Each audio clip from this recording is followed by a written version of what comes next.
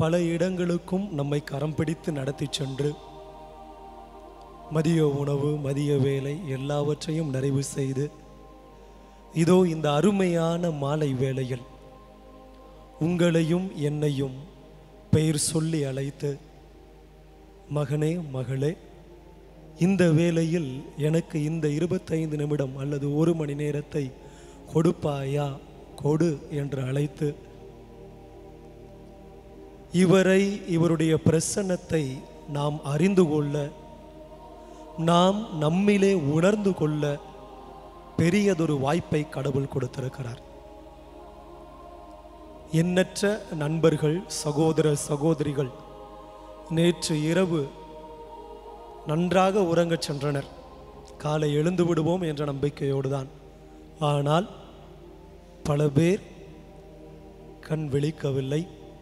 பல பேர் பல்வேறு விதமான இக்கட்டான சூழ்நிலைகளில் இருக்கின்ற பொழுது நன்றாக யோசித்து பார்ப்போம். நம்மை கடவுள் தேர்ந்தெடுத்து இதோ இந்த நேரம் இந்த பிரசன்னத்திலே, அவருடைய பிரசன்னத்திலே நாம் ஜெபிக்கும்படியாக, அவருக்கு நன்றி கூறும்படியாக, அவரை ஆராதிக்கும்படியாக, அவருடைய பிரசன்னத்திலே மகிழ்ந்திருக்கும்படியாக நம்மை அழைத்திருக்கின்றார். அது மட்டுமல்லாமல் நமக்கு வாழ்வு தரும் வார்த்தைகளை இந்த நேரத்தில் கொடுக்க இருக்கின்றார். எனவே இந்த வேளையில் நாம் அனைவரும் இணைந்து கடவுளுக்கு நன்றி சொல்வோம். அவருடைய பிரசன்னத்தை கொஞ்சம் கொஞ்சமாக நாம் உணர்ந்து கொள்வோம். நம்முடைய கண்களை மூடி கரங்களை கூப்பி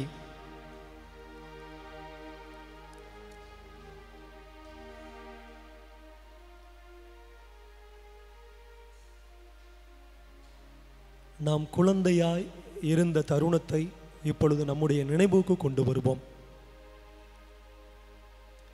இப்படிப்பட்ட கண்ணு தான் எனக்கு வேணும், இப்படிப்பட்ட மூக்கு தான் எனக்கு வேணும், இப்படிப்பட்ட இதயம்தான் எனக்கு வேணும், இப்படிப்பட்ட நிறம் தான் எனக்கு வேணும், இப்படிப்பட்ட கால்கள் எனக்கு வேணும், இப்படிப்பட்ட கைகள் எனக்கு வேணும் அப்படின்னு சொல்லி நீங்களும் நானும் ஜெபிக்கவில்லை. மாறாக நம்முடைய பெற்றோர் ஜெபித்திருப்பார்கள்.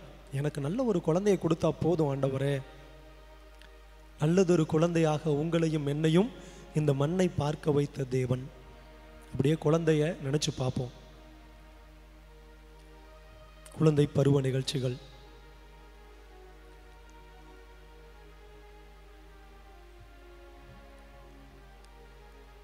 எவ்வளவுதான் அடி வாங்கினாலும், எவ்வளவுதான் திட்டுக்கள் வாங்கினாலும், எவ்வளவுதான் நிராகரிக்கப்பட்டாலும் அவற்றையெல்லாம் ஒரு பொருளாக எண்ணாமல், என்னுடைய அப்பா என்னுடைய அம்மா இருக்கிறார், எங்கள் அப்பா எங்கள் அம்மா எங்கள் பாட்டி எங்கள் தாத்தா எல்லாம் இருக்கிறாங்க, என்னுடைய சித்தப்பா பெரியப்பா இருக்கிறாங்க, என்னுடைய மாமா இருக்கிறாங்க அப்படிங்கிற ஒரு நம்பிக்கையில், அது மட்டுமல்லாமல் அவங்க சொல்லி கொடுத்துருப்பாங்க, இந்த ஆலயத்துக்கு போ, நம்ம வீட்டுக்கு ஆலயத்துக்கு போவோம், கோயிலுக்கு போவோம், கையை பிடிச்சு கூட்டிகிட்டு வந்து அங்கே முழங்கால் படியிட வைத்து பிதாசுதன் போடுமா, பிதாசுதன் போடுப்பா அப்படி சொல்லி கொடுத்த அந்த நேரத்தை நினச்சி பார்ப்போம். கடவுளுடைய பிரசன்னத்தை நம்மை உணரச் செய்த நேரம்.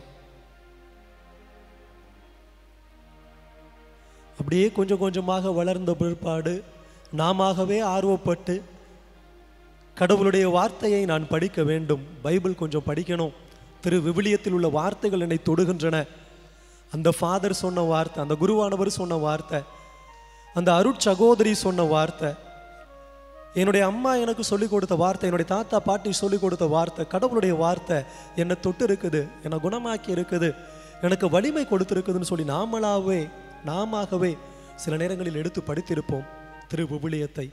அந்த நேரத்தை நினச்சி பார்ப்போம். அது மட்டுமல்லாமல் கொஞ்சம் வளர்ந்த பிற்பாடு ரொம்ப கடினமான ஒரு சூழலாக இருக்கும்.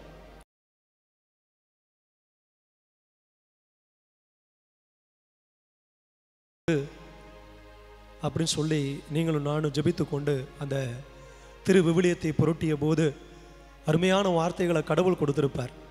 மகனே மகளே கலங்காத, நான் உன்னோடு இருக்கிறேன் அப்படி சொல்லி கடவுள் சொல்லியிருப்பார். அந்த விவிலியத்தின் வார்த்தையின் வழியாக நம்மோடு பேசியிருப்பார், உறவாடி இருப்பார். அந்த தருணங்களை நினைச்சு பார்ப்போம். நாம நோய்வாய்ப்பட்டு இருக்கின்ற பொழுது நம்முடைய அப்பா அம்மா ஆலயத்திற்கு சென்று கரங்களை விரித்து கண்ணீரோடு ஜெபித்திருப்பார்கள். என் பிள்ளைக்கு இப்படிப்பட்ட ஒரு காய்ச்சல் இருக்குது, இப்படிப்பட்ட ஒரு கட்டி இருக்குது, இப்படிப்பட்ட ஒரு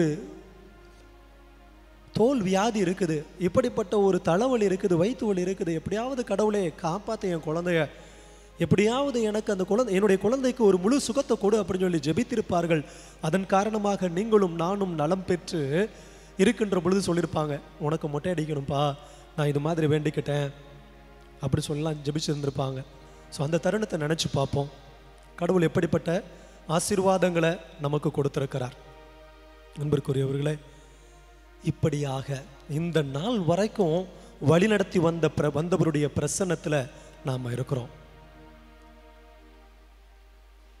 இந்த பிரசன்னமானது அன்பிற்குரியவர்களே இறந்தவருடைய பிரசன்னம் கிடையாது, மாறாக உயிர் வாழ்கின்ற தேவனுடைய பிரசன்னம். மோசே கேட்கிறார், ஆண்டவரே இந்த மக்கள் என்கிட்ட கேட்டாங்கன்னா, என்னுடைய ஆண்டவருடைய பெயர் என்ன அப்படின்னு சொல்லி கேட்டாங்கன்னா, நான் அவர்களுக்கு எந்த பெயரை அப்படின்னு சொல்லி கேட்கின்ற பொழுது மோசே சொன்னது என்னது? மோசேட்ட கடவுள் என்ன சொல்றாரு? நானே இருக்கின்றவர், நானே இருக்கின்றவராக இருக்கின்றவர், இதோ என்னாலும் இந்த உலகம் முடியும் வரை, உலகம் முடிந்த பிற்பாடு கூட உங்களோடு இருப்பேன் அப்படின்னு சொல்லி வாக்குத்தத்தம் சொல்லிய அந்த தேவனுடைய பிரசன்னத்தில் அவருடைய பிரசன்னமானது எத்தனை மகிமைக்குரியதாக இருக்கின்றது, வல்லமை மிக்கதாக இருக்கின்றது அப்படிங்கிறத இந்த பாடலின் வழியாக நாம் தியானிப்போம். அனைவரும் எழுந்து நின்று நான் பாட பாட வார்த்தைகள்: நலம் தரும் உம் பிரசன்னம், சுகம் தரும் உம் பிரசன்னம், வாழ்வளிக்கும் உம் பிரசன்னம், நிறைவளிக்கும் உம் பிரசன்னம்.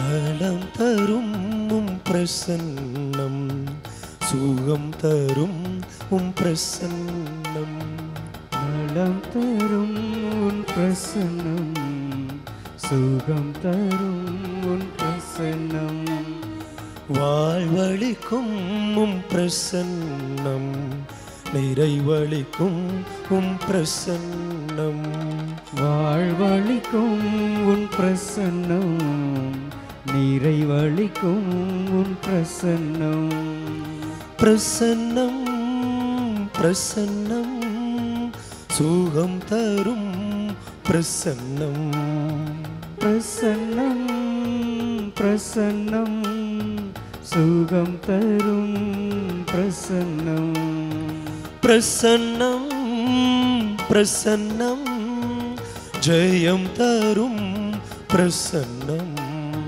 பிரசன்னம் பிரசன்னம், ஜெயம் தரும் பிரசன்னம், நலம் தரும் உம் பிரசன்னம், சுகம் தரும் உம் பிரசன்னம், நலம் தரும் உம் பிரசன்னம், சுகம் தரும் உம் பிரசன்னம், வாழ்வளிக்கும் உம் பிரசன்னம், நிறைவளிக்கும் உம் பிரசன்னம், வாழ்வளிக்கும் உன் பிரசன்னம், நிறைவளிக்கும் உன் பிரசன்னம். அன்பிற்குரியவர்களே, பழைய ஏற்பாட்டு காலத்திலையும் சரி, புதிய ஏற்பாட்டு காலத்திலையும் சரி, கடவுளுடைய பிரசன்னமானது அவர்களுக்கு ஒளியை ஊட்டக்கூடியதாக, மக்களுக்கு வாழ்வை கொடுக்கக்கூடியதாக, சுகத்தை அளிக்கக்கூடியதாக, நோயிலிருந்து முழுமையான விடுதலையை தரக்கூடியதாக, எல்லா விதமான தீமைகளிலிருந்தும் முழுமையான விடுதலையை தரக்கூடியதாக கடவுளுடைய பிரசன்னமானது இருந்து கொண்டிருந்தது. முக்கியமாக இஸ்ரேல் மக்களுடைய வாழ்க்கையில பார்க்கிறோம். அது மட்டுமல்லாமல் பிற இனத்தாருடைய வாழ்க்கையிலையும் சரி, முக்கியமாக நாமானுடைய வாழ்க்கை.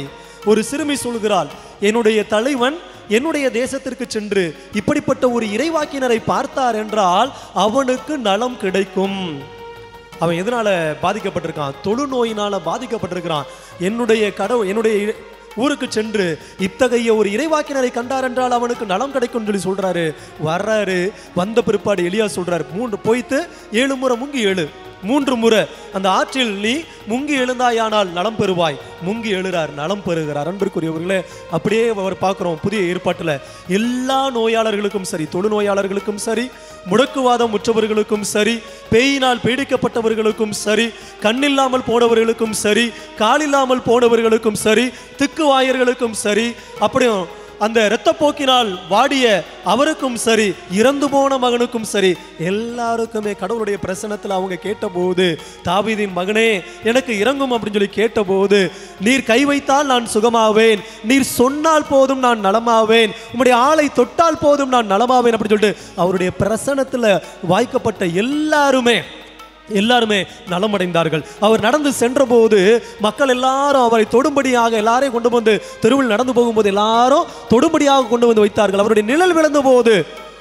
படிக்கிறோம், நம்முடைய திருவிவிலியத்தில் படிக்கிறோம், நம்முடைய திரு தூதர்களுடைய நிழல் விழுந்தால் போதும் அவர்கள் நலமடைவார்கள் என்று நம்பிக்கைக்குரியவர்களா எல்லாரும் கொண்டு வந்து வச்சாங்களாம், நோய்வாய்ப்பட்டவர்கள் எல்லாம். அன்பிற்குரியவர்களே, அதே தேவன், அந்த வல்லமை மிக்க தேவன் இப்போது நம்முடைய பிரசன்னமாகி நம்மை தொட்டு கொண்டிருக்கிறார். இந்த நேரத்தில் எல்லா நோயும் தீரணும், எல்லா விதமான கவலைகளும் தீரணும், எல்லா விதமான பேய் சம்பந்தமான பிரச்சனைகளும் நீங்கணும் அப்படின்னு சொல்லி நாம் எல்லோரும் ஜெபித்து கொண்டே பாடுவோம்.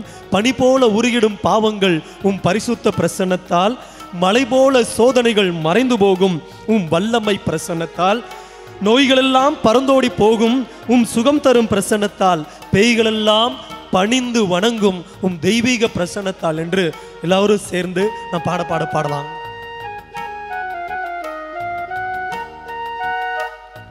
பனி போல உருகிடும் பாவங்கள் உம் பரிசுத்த பிரசன்னத்தால், பனி போல உருகிடும் பாவங்கள் உம் பரிசுத்த பிரசன்னத்தால், மலை போல சோதனைகள் மறைந்து போகும் உம் வல்லமை பிரசன்னத்தால், மலை போல சோதனை மறைந்து போகும் உம் வல்லமை பிரசன்னத்தால், போல பாவங்கள் உம் பரிசுத்த பிரசன்னத்தால், பனி போல உருகிடும் பாவங்கள் உம் பரிசுத்த பிரசன்னத்தால், மலை போல சோதனைகள் மறைந்து போகும் உம் வல்லமை பிரசன்னத்தால்,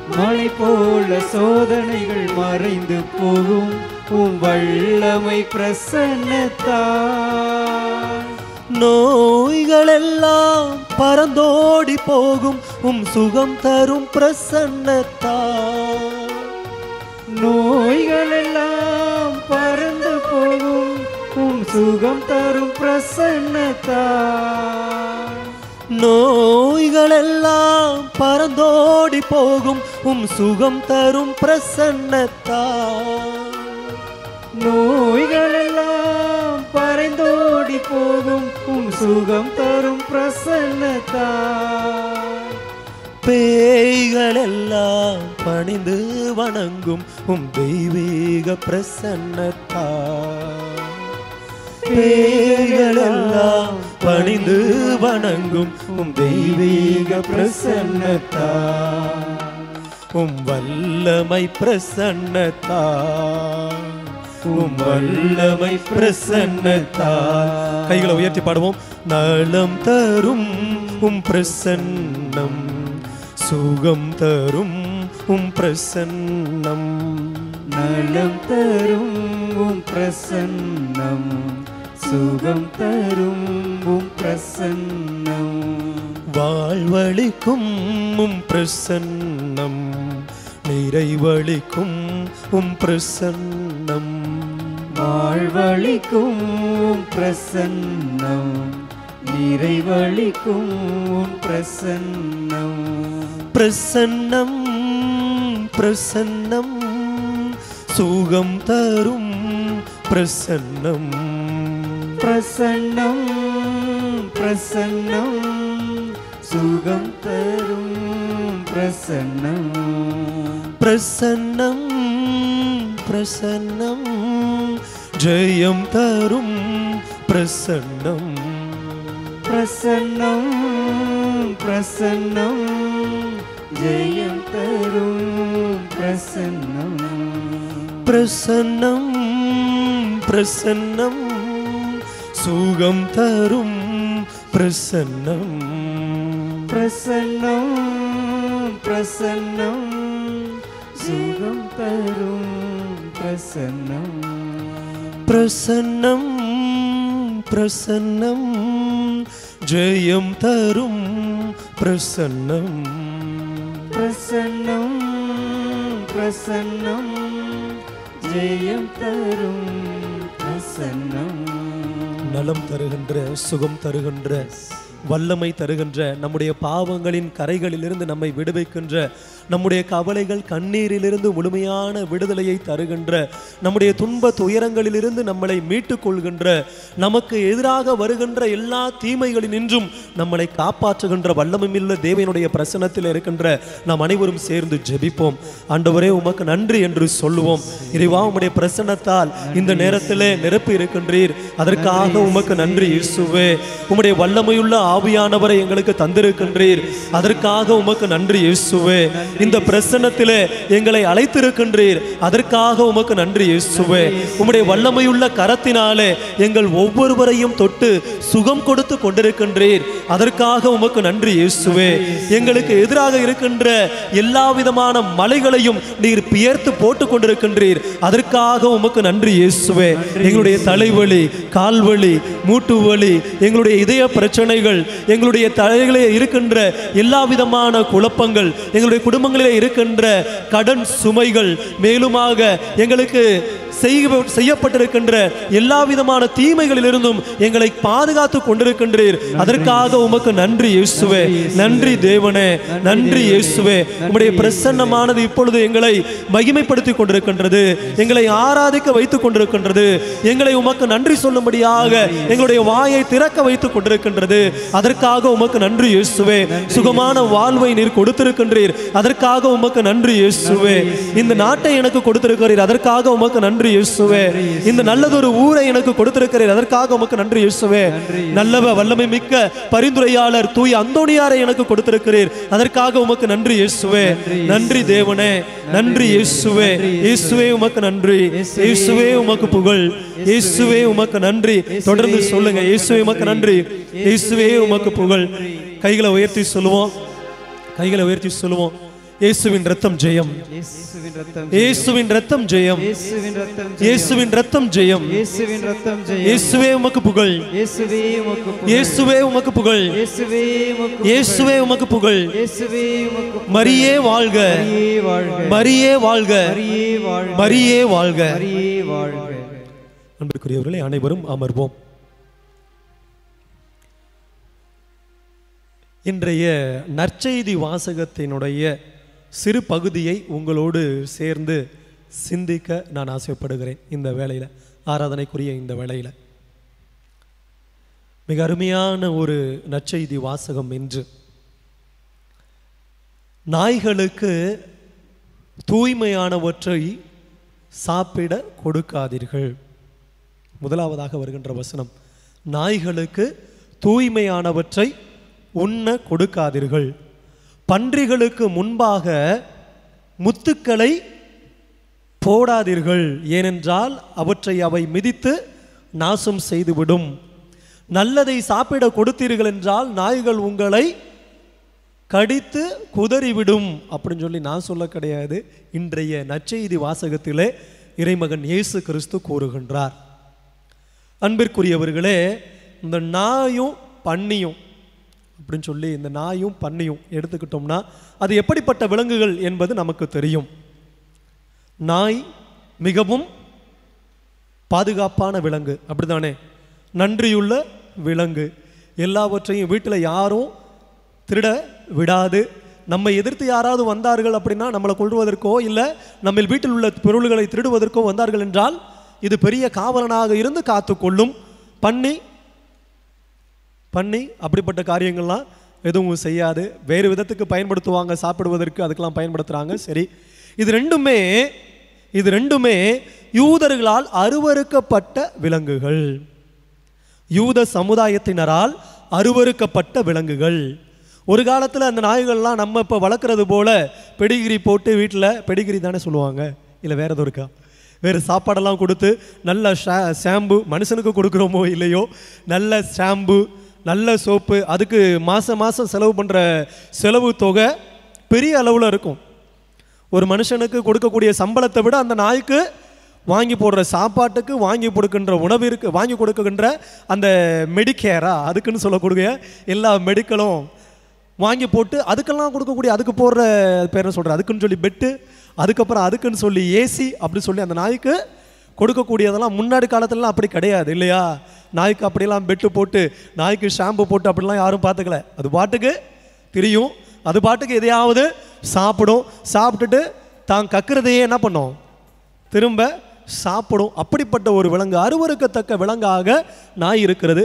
பன்னியும் ஏறக்குறைய அருவருக்கத்தக்க விலங்கு தான். போய் சாக்கடையில் தான் அது எப்போதும் கிடக்கும், மற்றபடி கிளியர் பண்ணி அப்படிலாம் வச்சிட முடியாது, ஓடி போவோம் அப்படின்னு சொல்லி.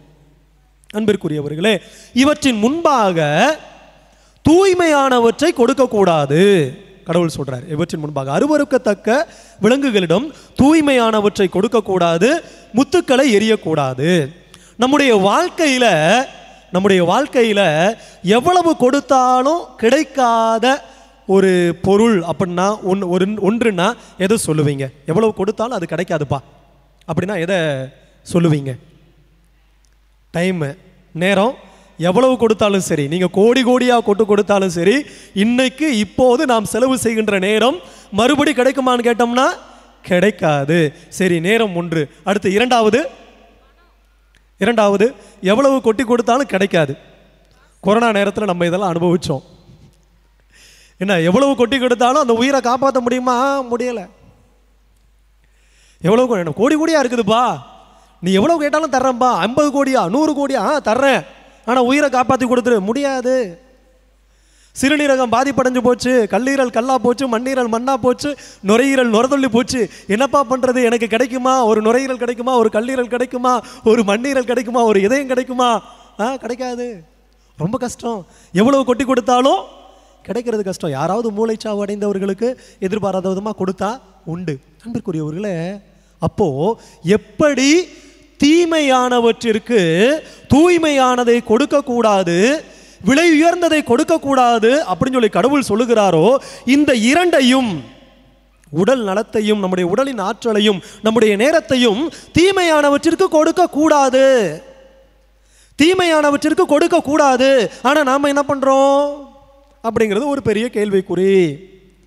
எப்போ பாரு ரொம்ப அடக்க ஒடுக்கமாக இருப்பாங்க நிறைய பேர், அது ஆண்களும் சரி பெண்களும் சரி.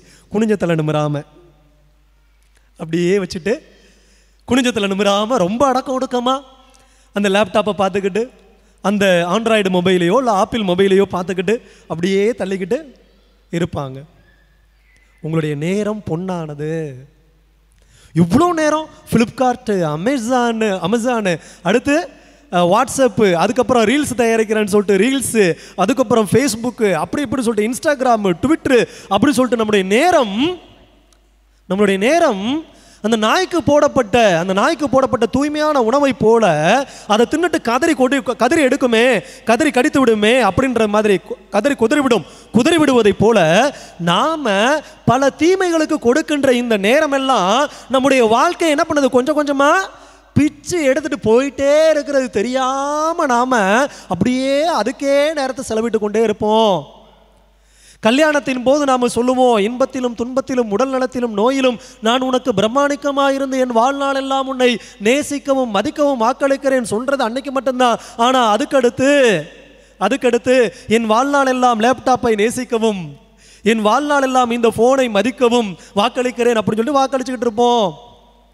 என் வாழ்நாள் எல்லாம் என்னுடைய வீட்டில் வளர்க்கின்ற அந்த செல்ல பிராணிகளுக்கு மட்டுமே நான் நேரத்தை செலவிடவும், அல்லது என்னுடைய வேலைகளுக்காக மட்டுமே நான் செலவிடவும், அதுக்கு மட்டுமே வாக்களிக்கிறேன் அப்படின்னு சொல்லிட்டு வாக்களிச்சுக்கிட்டு அங்கே போயிட்டு இருப்போம்.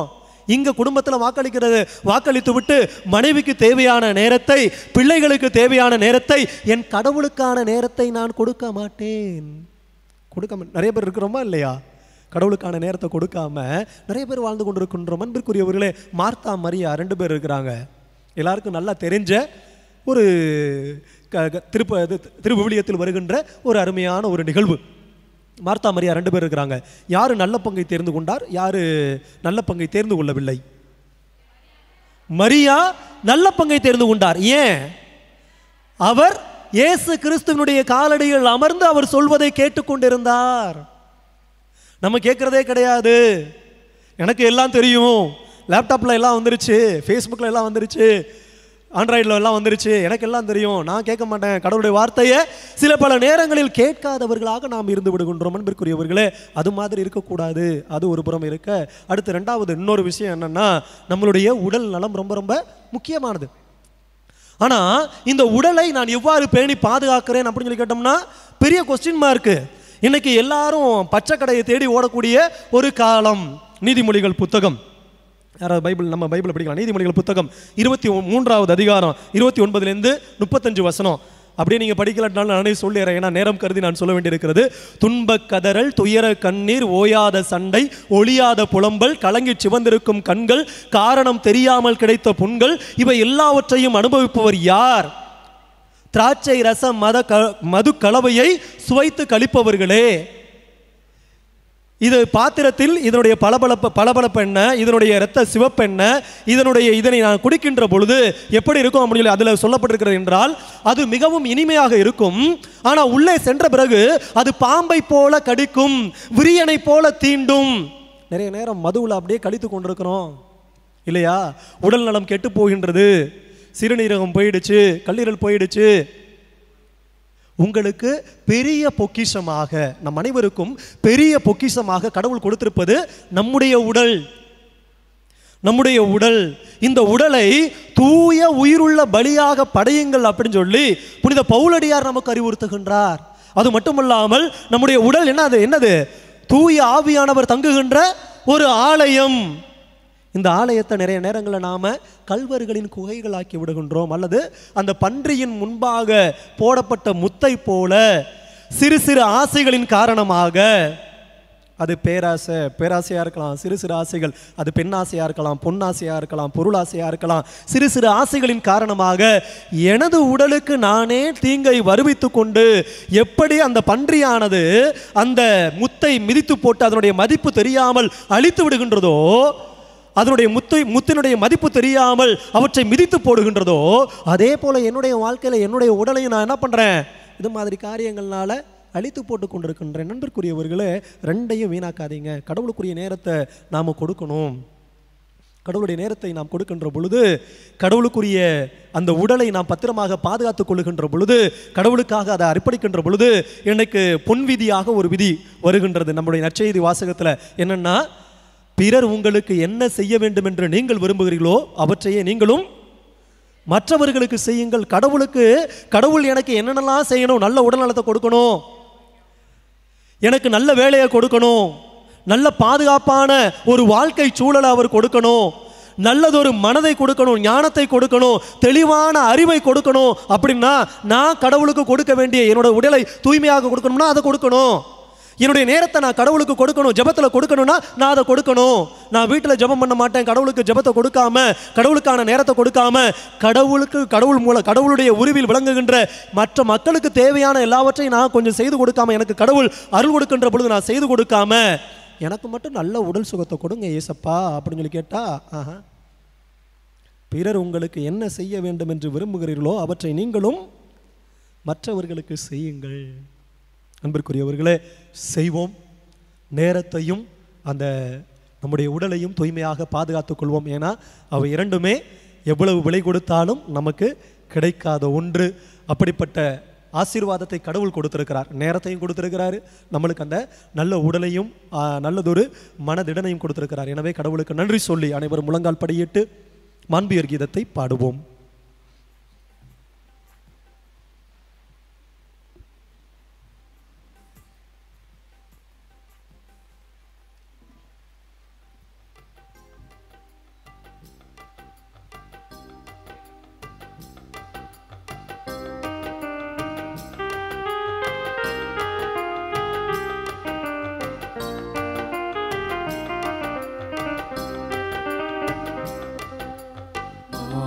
தூயயு அருளடையாளத்தை தாழ்ந்து பணிந்தே ஆராதிப்போம். பழைய நியம முறைகள் அனைத்தும் இனி மறைந்து முடிவு பெறுக. புதிய நியம முறைகள் வருக. புலன்களாலே மனிதன் இதனை அறிய இயலா. குறைகள் நீக்க நம்பிக்கையின் உதவி பெறுக. தந்தை அவர்க்கும் மகன் இவர்க்கும் புகழ்ச்சியோடு வெற்றியார்ப்போம். மீட்பின் பெருமை மாட்சிமையோடு வலிமை வாழ்த்து யாவுமாக. இருவரிடமாய் வருகின்றவராம் தூய ஆவி ஆனவர்க்கும் அளவில்லாத சம புகழ்ச்சி என்றுமே உண்டாவதாக.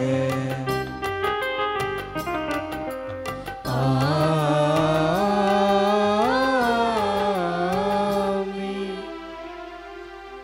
மன்றாடுவோமாக. இறைவா, இந்த வியப்புக்குரிய அருள் அடையாளத்திலே உம்முடைய பாடுகளின் நினைவை எங்களுக்கு விட்டு சென்றே. உம் திருவுடல் திருரத்தம் ஆகியவற்றின் மறைபொருளை வணங்கும் நாங்கள் உமது மீட்பின் பயனை இடைவிடாமல் துய்த்துணர்ந்து மகிழ அருள்வீராக. தந்தையாகிய இறைவனோடு தூய ஆவியாரின் ஒன்றிப்பில் இறைவனாய் என்றென்றும் வாழ்ந்து ஆட்சி செய்கின்ற உம்மை மன்றாடுகின்றோம்.